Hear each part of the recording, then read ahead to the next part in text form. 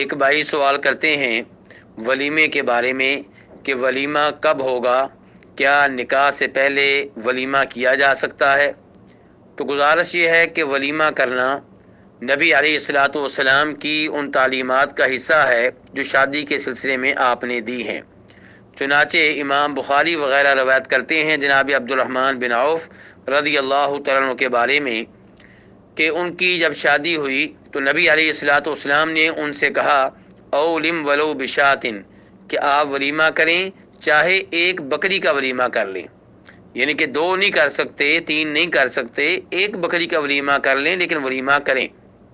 اور امام احمد رحمہ اللہ روایت کرتے ہیں کہ جب جناب علی رضی اللہ تعالیٰ عنہ کی جناب فاطمہ سے شادی ہوئی، ان کے ساتھ نکاح ہوا، تو آپ نے جناب علی سے کہا کہ ولیمہ کرنا ضروری ہوگا۔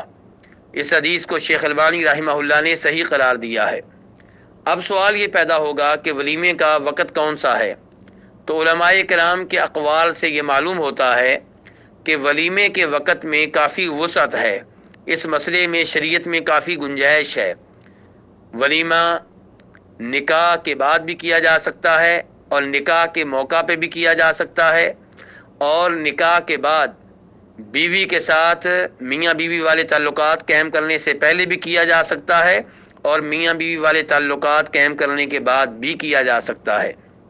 لیکن نبی علیہ الصلوۃ والسلام کی سنت یہ ہے کہ آپ نے جب جناب زینب بنت جحش کے ساتھ نکاح کیا، ان کے ساتھ آپ نے شادی کی، تو آپ نے ان کے ساتھ میاں بیوی والے تعلقات قائم کرنے کے بعد ولیمہ کیا تھا۔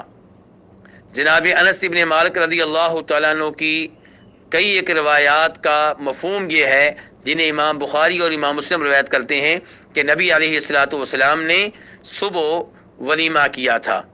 اسی لیے امام ابن تیمیہ رحمہ اللہ فرماتے ہیں کہ ولیمہ کا وقت کیا ہے، اس بارے میں جناب زینب والی حدیث پہ اگر غور کر لیں تو یدل علی انہ عقب الدخول، تو اسے پتہ چلتا ہے کہ ولیمے کا وقت بیوی کے ساتھ تعلقات قائم کرنے کے بعد ہے۔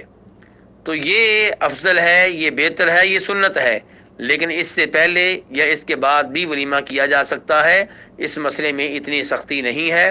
واللہ تعالی اعلم۔